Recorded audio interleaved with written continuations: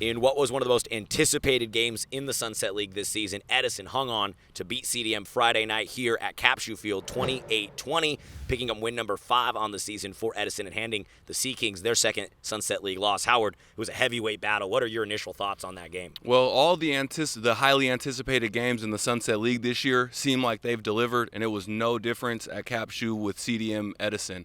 Like you said, a heavyweight battle between two of the best teams in Sunset League, two of the best teams in Orange County, honestly, and it was back and forth. There were multiple lead changes.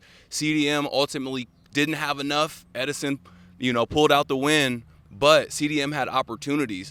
Early in the first half, they had opportunities to tighten the game, take the lead, but Edison capitalized on all the CDM mistakes and proved to be the second best team in Sunset League and an opponent that's going to be tough for the rest of the season and throughout the playoffs. Well, senior defensive end Austin Gerbic from the Edison Chargers had himself a monster night. Our reporter Jonathan Ortiz caught up with him after the game. Austin, describe your guys' performance on defense tonight. You guys made some pivotal stops, especially during the latter half of the game.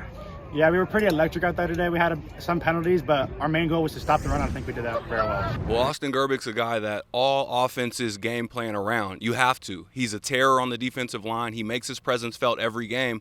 And in this game, while CDM is trying to make a comeback, they're trying to find a way to put some points on the board, Austin Gerbic comes out and gets 3 sacks in the fourth quarter alone, has a solo tackle. Seems like he's in on every play.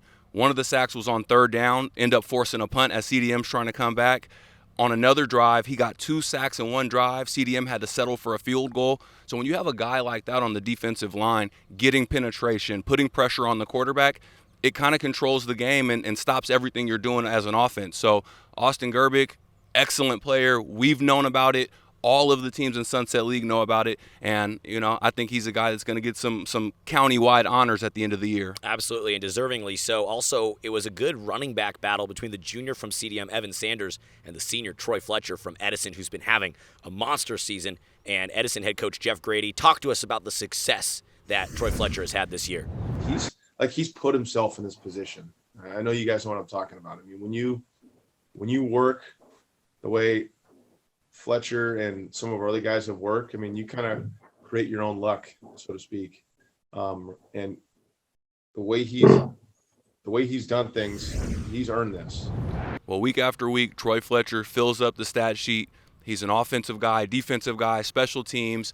He's all conference, all league in all of those areas. He's just a well-rounded football player. He's a competitor, and you love to watch him play. He had north of 100 yards receiving, had 6 carries for over 70 yards, so 10 yards every time he carries the ball. On defense, he had some big pass breakups. He's just an all-around contributor for his football team, and it's a pleasure to watch him play. Oh, he's so versatile, so explosive. Also, Edison, Ashton Hurley got his first receiving touchdown of the year, so good to see the modern-day transfer get in there and score some points. Yeah, and that's just a credit to Parker Awad, who we haven't talked much about, but every week we're more impressed every week because he continues to grow, looks so comfortable in that Edison offense, and it's evidenced by the receiving numbers. As you mentioned, Ashton Hurley caught a touchdown, Nico Brown caught a touchdown, Troy Fletcher had 100 yards receiving, Tyler Hampton had catches, Tucker Tripp had a receiving touchdown. Just all around, Edison is able to get the ball to different receivers, and they're just an offense that's clicking.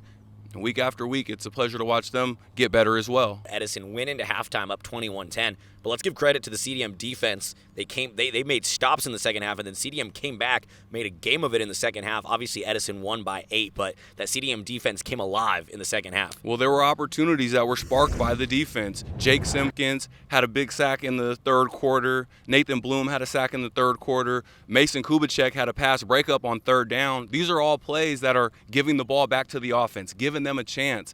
Then in the fourth quarter, senior safety Tyler Brown had a huge interception that almost led to some points and could have continued the comeback, sparked the comeback for the Sea Kings. But ultimately, those hopes were dashed by a huge 55-yard touchdown from Troy Fletcher, and that was all she wrote for the Sea Kings. Well, CDM, they're getting ready for a big Battle of the Bay, and Edison's getting ready for the Bell game, so it's rivalry week for both those teams. Excited to preview that on our preview show this week.